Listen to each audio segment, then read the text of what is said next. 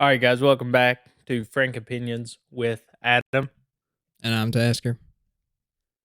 And today we've got a special podcast for you here. As we talked about last time, the fifth episode where we're going to pick our favorite actor and the genre of movie that we're in for that month. Just so happens this is October, which is the month of All Hallows Eve. So a lot of Halloween-based movies, like everything you're seeing right now on all the major streaming services. So this is a very special episode to me because Halloween, the month of October, that's my month. Awkward silence, waiting for Tasker to chime in. Like, Yeah, I spaced out for a second. Halloween wow, is probably the best holiday out there for the year. So, with that being said, we're gonna jump in to my favorite Halloween type horror movie with my favorite actor in that, and that's Keith Sutherland and The Lost Boys. Less fire will rise. I mean, if you haven't seen this movie, oh wow. Like, if someone came up and said the best vampire movie ever was Twilight, I would take prison time for just slapping the shit out of him. I mean, we can go through tons of vampire movies. I mean, from Dusk Till Dawn, you've got freaking, with Kate Beckinsale and Underworld. There's been tons of them, tons and tons of them, but you'll never beat the freaking classic of The Lost Boys. So recently, Tasker just watched this movie. I did. I probably watched it, I don't know, for the first time 15 some years ago. Maybe. I barely recall it. But I just recently just watched it. And let me tell you, that movie came out in 87. Yep. And if I'm going to be honest, 34 years later, this movie still holds up. Yeah. 100%, man. I mean, I was really surprised. Like, it wasn't cheesy. Like, I mean, I didn't find anything cheesy about it, really. I loved every second of it. Like, I was really surprised. Yeah. I mean, I've watched this movie like 800 times because like not a whole lot of CGI in it, just more about the acting. And that's why they haven't remade it. It's been one of those forever existing stand of time movies. Well, I was watching it. I got a notebook here, and I was writing notes down on it. Oh, we're getting technical, are we? I'm just. Well, I mean, I've never really watched it, so I was like, if I want to talk about it on the podcast, I need stuff I like, stuff I didn't like. I need to make sure I know this. Right, because I mean, we initially was going to keep the movies to ourselves, and then while playing some Call of Duty, we decided that we should probably tell each other what our favorite movie is, just in case the other one hadn't seen it, and bam, this is the case. Like I said, there's a little bit of an age gap between myself and Tasker, so I've had a little bit more time to watch more movies. Yeah. Well, so Kiefer Sutherland, man, he really wasn't the main character of that movie. He kind of was. He shared the spotlight with a few other characters, but he absolutely just knocked it out of the park for me. I had to look him up because I know the movie came out like in the 80s, and like I'm looking at him and I'm like, God, how old is this guy like now? Because I'm like he's got to be like super old, but he's only 54. Yeah, yeah. I mean, he was really young in that movie. Yeah, I didn't like. He looked in the movie. I'd say like if you would have told me to guess his age, I would have said at least maybe 30, late 20s. but he's like around like at least 20 when he made the film. I'm like, God. Yeah, I was gonna say I thought he was like 19. Yeah. Yeah, he's young. I couldn't believe it. Yeah, and then when you looked him up, you've just seen the plethora of all the other stuff he's done throughout the Uh, years. oh, yeah. He's a great actor. Oh yeah, and like, so if you guys haven't seen that movie, I think you can probably drop back, maybe see it on HBO Max or Netflix. I really haven't looked it up because I have it on Blu-ray and I have it saved on iTunes, and I have it basically with me wherever I go. So when I'm on a trip traveling, I can sit there and watch it because it's just epic. Well, I have to break it to everybody, but it's not on any streaming services. How'd you get it? Well, I had to go to Vudu and I rented it. Oh my god, I know to it's on watch it. Apple. You can get it on Apple for sure because I have it purchased through there. Yeah, see, but yeah, you'd have to pay a little bit more money. I wasn't doing that. Well, But I I did notice I too, it's a Richard Donner, like he produced it. I didn't know that. yep. And I was like, my God. Like, if to give you a basis of this movie is a family, which is this movie is actually chock full of a lot of famous people when they were really young. And this family moves out to Santa Clarita, California, and it's like during the height of the 80s, and very retro movie. And that's what I love about it. It just encompassed everything 80s. And it's funny because the main character's name his name's Michael, and he's definitely got this like George Michael look to him, like, "You gotta have faith." Oh yeah, Like, definitely. oh, yeah, I mean, he's got the cross earring and all that stuff. I'm like, "Yeah." And they're all riding, like, these sweet, like, 125 street trail dirt bikes out on the sand and stuff. And, but they move out there to live with their grandpa, which their mom's dad, who seems like a kooky old guy. And, oh, man, it's got the what, Corey Feldman? Yeah, Corey Feldman's in And it. yeah, and I mean, there's another actor that no one has seen for a long time. Well, that's So, one thing with the film I didn't care for was him in it. I don't know. oh yeah, didn't like the Corey Feldman No, and the but Frog Brothers. I mean, it was kind of cool, but just how he like his voice, like he was like talking real deep and like trying to be serious, but I'm just like, nah, it wasn't. It didn't fit for me. I'm like, no. But this family moves out to this area, and vampires is an issue for the murder capital of the world. So this is it's based off a I want to say like it's a graphic novel more than it is a comic. And if you read the graphic novels of it, there's actually the next step to this movie. If you watch it, there was the potential for a next movie that rounds out why that was the hot spot for vampires, but the movie kind of ends it. But there's major spoilers here, so if you want to watch a crazy good Halloween movie with vampires, I can't recommend any other movie more than this one. There's no cheesy acting. There's just really no plot holes. They take care of a lot of it. Yeah, it's definitely up there for a horror Halloween movie. Yeah. So that's like I said, that was my favorite one, favorite actor. It just everything about it. Come on, Michael. I just But every like it's just awesome. oh, I just Joel Shoemaker made it too, directed it. I didn't know that when I yep. saw it. I was like, oh my Yeah, God. like I said, it had stellar cast, producing crew, everybody, written, the writers. It was obviously it stood the test of time. They haven't remade it.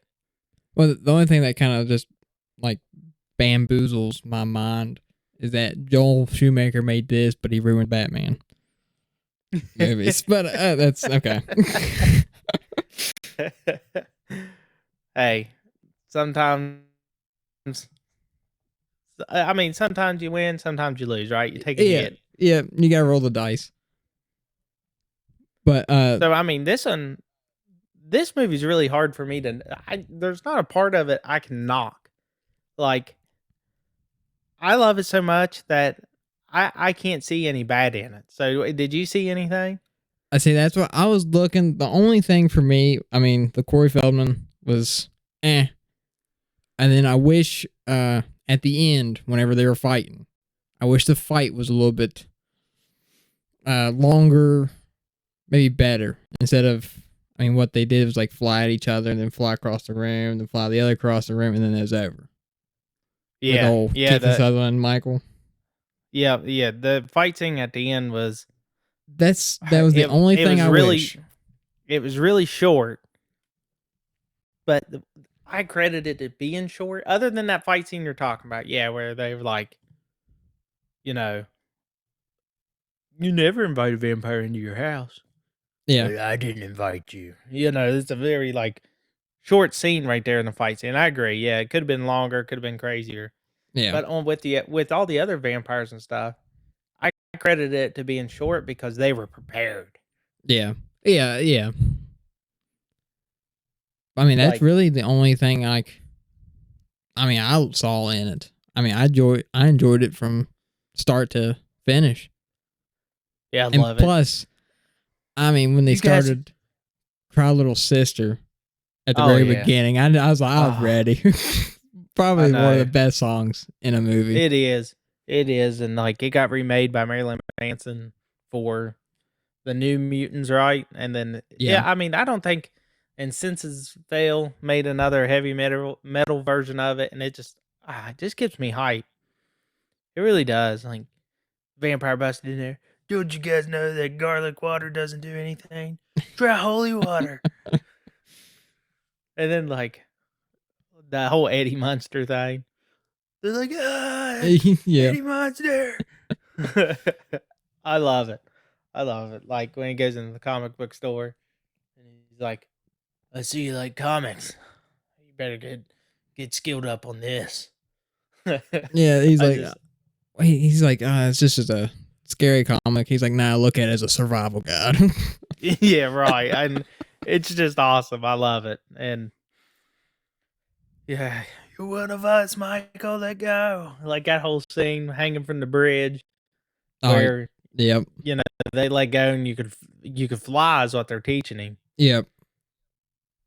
And it's awesome because he just thinks they're a group of just crazy, wild teenagers, and then they take him on this journey, only to find out that he was supposed to be killed, but that woman didn't have the gall to do it.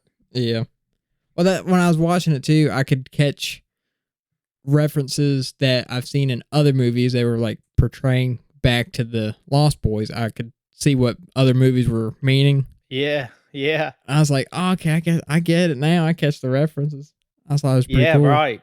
This base built a very solid baseline for a lot of the vampire movies we have today.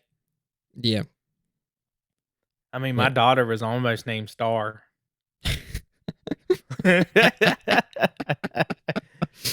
Oh man. So I don't want to use up all our talk time on this movie, but as a FOFR score, which is the Frank Opinions film rating, it's a 10. I don't even got to hem haul around about this. It's straight 10. Wow. Well, There's not another vampire movie better than that one.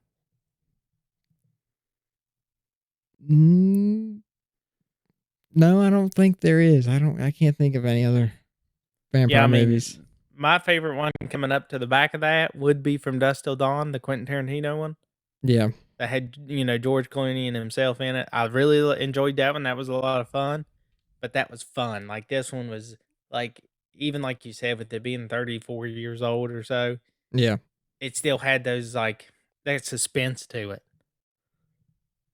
Yeah. So What you what gave are you it a 10, I give it an 8.7. Okay. I mean, I liked it, but I mean, yeah, I stand by the 8.7. Okay. I get you. Cry, little sister. we're going to transition over to the best Halloween horror movie, and that is The Shining. Hands down. Jack Nicholson.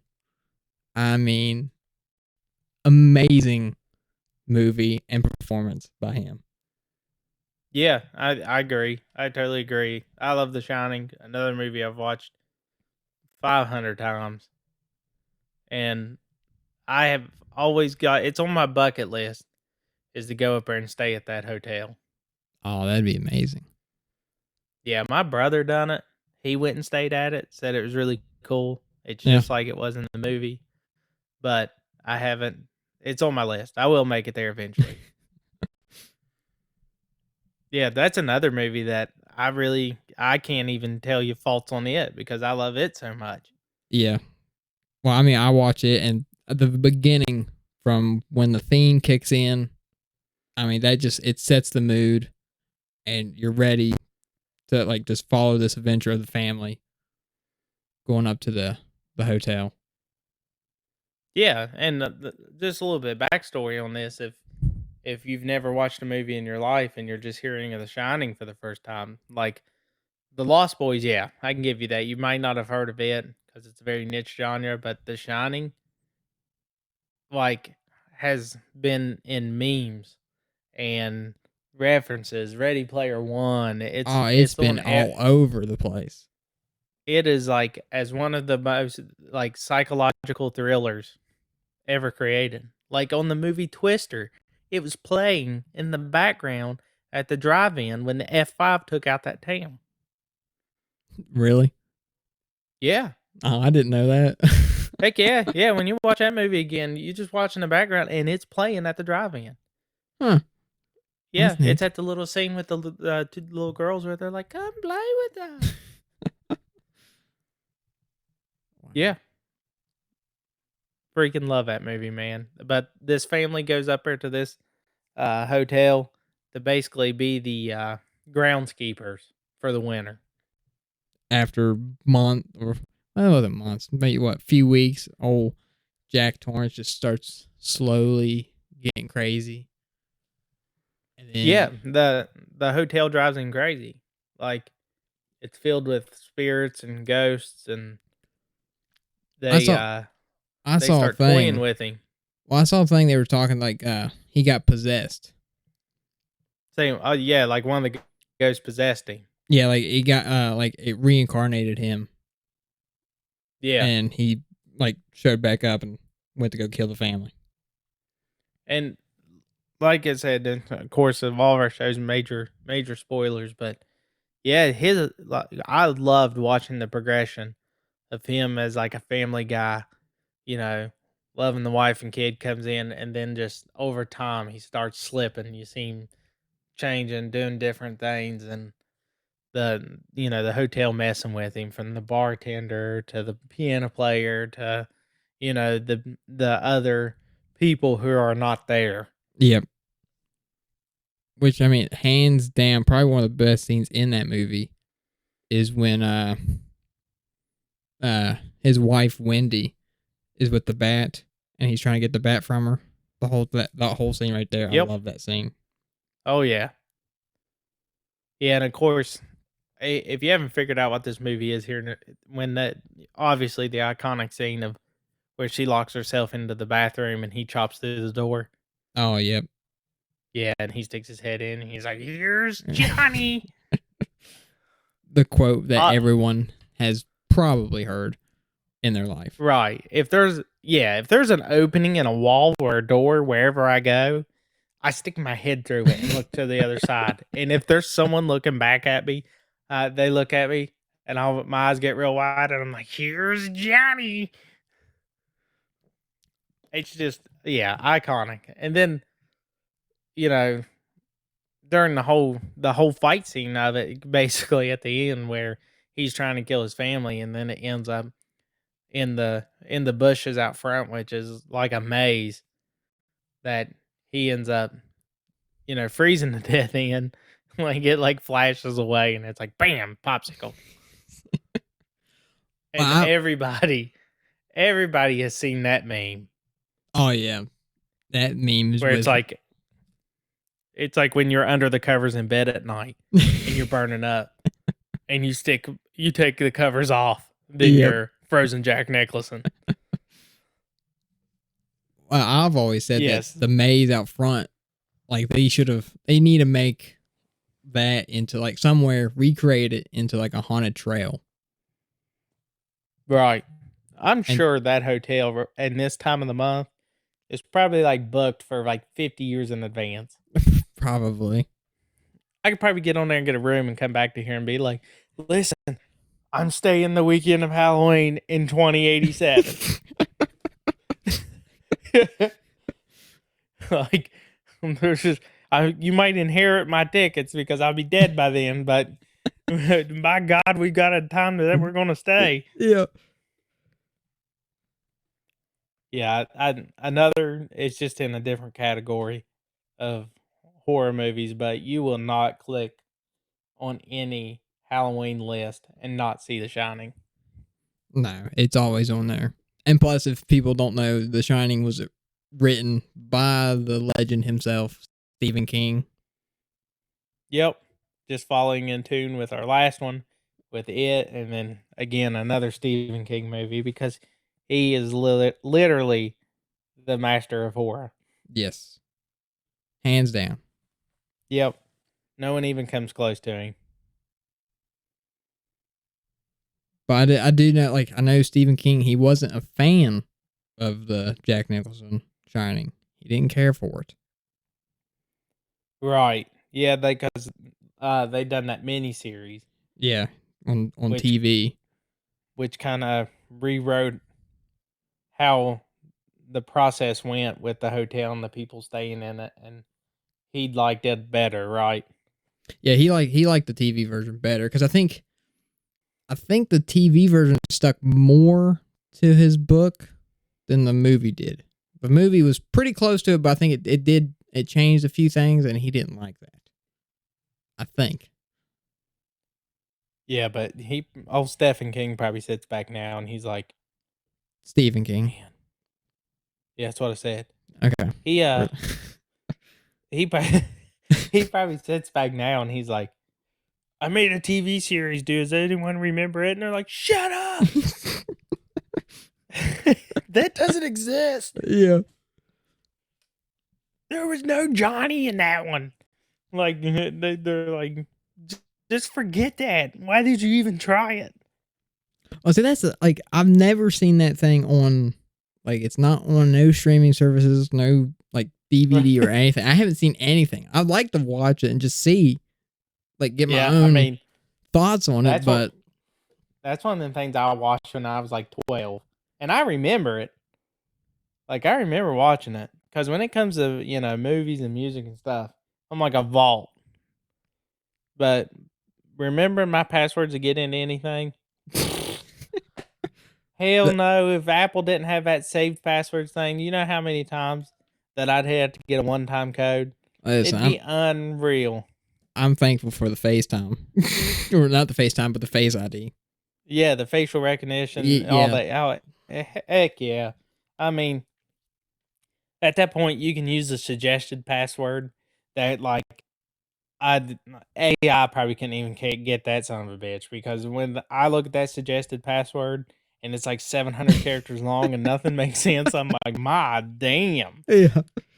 But anyways, like, yeah, you don't see that anywhere. Like, nowhere has it. Nowhere, like, it's not on any type of DVD or anything. Because I actually searched for it after we talked about it the other night, and I was like, man, I remember that series. Is it real? Like, it could be just a figment of imagination.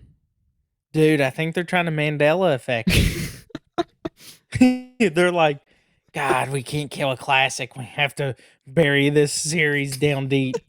Like, this never happened. Because, I mean, I know when they talk about The Shining, they always mention Jack Nicholson's, but they never say anything about the other one. Never even. Right. Oh, yeah, there's another version. All those actors that starred in that. Yeah, all the actors that starred in that, they were like, well, we're getting shit on. And there's nothing we can do about it. No. They probably got paid to keep their mouths Like- shut about it.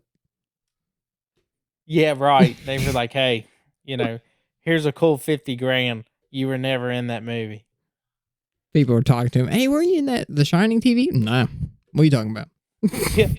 I loved you in that Shining TV series. There never was a TV series. You're thinking of What? Jack Nicholson. Yeah, right. Then they're like, oh, okay. That's- Yeah, I was. Because a lot of Stephen King stuff was, I remember watching a lot of them as miniseries. Like, he was real big into those miniseries. Well, he didn't have that many, did he? Oh, His yeah. miniseries? Yeah, like Rose Red. Oh, yeah. Was that Stephen King? That was a miniseries that he had. I didn't know that was his. And there was another one. There was another miniseries he had, too. I'll have to Google this right now. That's what I was looking up. But to see. anyways, I mean, yeah, you got to tell us what all, like, I mean, we've talked about it and everything, but what's your FOFR score? My FOFR score for The Shining would be a 9.4. A 9.4? 9.4. I mean, I love it. Like, it's not a 10. It's not a, like, straight out 10 for me. I mean, I love everything about it. The only thing really would be, I mean, it's like 2.5 hours long. I mean, it's not really a 10, but it's probably one of my favorite horror movies. I mean, I love the. Oh, yeah. I love the plot, the story, the acting in it. I think that's what gets me. It's Wendy. I didn't care for the wife. I don't really care for her acting in it. That's what brings it down. Yeah, but I mean, she went through some pretty traumatic stuff, man. I know that. Came up there, freaking husband was all good and everything was all good in the hood, and then it became bam. All work and no play make Jack a dull boy. Yeah, right. Then all of a sudden he's trying to kill her. There's shit happening in this freaking massive motel. Her little kid's like, I like playing with the little girls. And she's like, there's no one else in this hotel. And then his fingers are red rum. Yeah, right. Yeah, he's writing shit on the walls. And she's the only one that's like, you know what? I'm going to get in this snowcat and get the hell out of here. Just leave you and my husband. Just y'all stay. Right. You know, the crazy pants and I see dead people can stay here together. But I gave it my rating. What would you give it for the FOFR? Yeah, for that genre, I give it a 10. Because, like I said, it's by far one of my favorite movies for that, like, mind game, like, playing with you. And it just, I've watched it a million times and just love it. And plus, for the ending where it shows the picture of him standing with a group of people. Yep. When he was frozen like a popsicle to being forever trapped in the hotel. Yeah. And saying that, like, what's the time? Like, the year was the early 20s where it showed the picture of him. So it kind of makes you wonder, like, is that the spirit that took over? Like, what's actually going on here? Makes you think afterwards. Yep, it does. Like I said, psychological thriller. And, like, I'm just, I ended up trying to Google Stephen King miniseries and then just got off on a tangent of just the absolute masterpieces this guy's done. Oh, he's got a ton. Oh, yeah, like, it was very hard for me to go. Like, I love The Lost Boys but we went with our favorite actor in a movie. But, like, he had Christine. But yeah, and like Silver Bullet. yeah. I love Silver Bullet.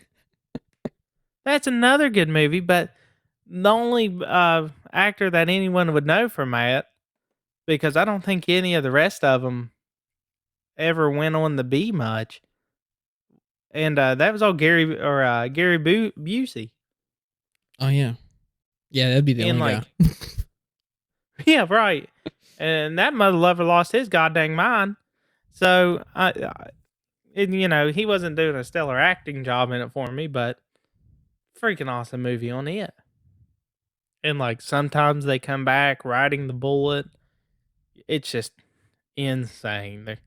The works of art that came from Stephen King. Oh yeah, he's. I mean, he's one of the greats for sure. Yep, Masters of Horror. Pet Cemetery, Room 1408, The Mist, The Secret Window, Carrie, He's got. I mean, Shawshank Redemption. The Green Mile, Children of the Corn, Maximum Overdrive. As I tell you all the time, Misery. That's what your dad's gonna do to you. Yep, I know. It's common. Another movie that I've watched a million times is Sleepwalkers. Another great horror film, which I know you haven't watched it. I'll say I don't think I've ever seen it. It's beautiful. Listen, everybody listening, if you don't know who Stephen King is, God help you. Yeah. Because he's made movies all the way from the 70s up until now that people are still watching. I mean, I'm sure a lot of people watched the remake of Pet Cemetery. But just Google him and go through and just pick a movie. Like you can go back and you hit Cujo about the dog. You watch it now and you're kind of like, I just got out there and broke that dog's neck. You know what I mean? Like I'll fight a wild dog, but like for the girl and the boy, that's a different story. Yep. And then you got like Stand By Me. Well, it's just beautiful movie. And like Children of the Corn got a little wild after the first one, but it is what it is. I mean, he's still writing books today, and yeah, he still is pushing. I mean, making stuff. There's the sequel to The Shining, which is Doctor Sleep, which kind of takes a totally different turn from The Shining. But if you watch the miniseries, it kind of follows the miniseries, but still uses the original characters from The Shining, the movie, not the miniseries. Yeah. Old Stephen King was trying to expand his universe there. Yeah, so if you watch Doctor Sleep and you're like, this isn't anything like The Shining, well, that's because it was the Mandela-affected miniseries that does exist. Yeah. But I think that's where we've reached the end of this show. And next episode is going to be a really special episode, because it is right before the release of Halloween. Halloween Kills. Yes, the second one. Yep. Well, sort of. We'll get to that one on the next episode. So we're going to go ahead and end this one. And just thank everybody for listening. Drop your comments. I tag us on Instagram. So let me know what you think. It's all over Tasker's page, the Blartverse on YouTube. And then, of course, the podcast series you can get. I mostly where I listen to it is through Spotify. It's the easiest place to get it, and Amazon Music seems to be the two easiest routes to get this podcast. But I think that's it. You got anything else to add before we close this? I mean, keep listening. Let us know. Like, we're always looking for feedback. What we need to improve, something better. Like, give us stuff you want us to talk about. I mean, the doors are open. Yep. So with that being said, thank you guys. And I am Adam. And I'm Tasker. And that was Frank Opinions.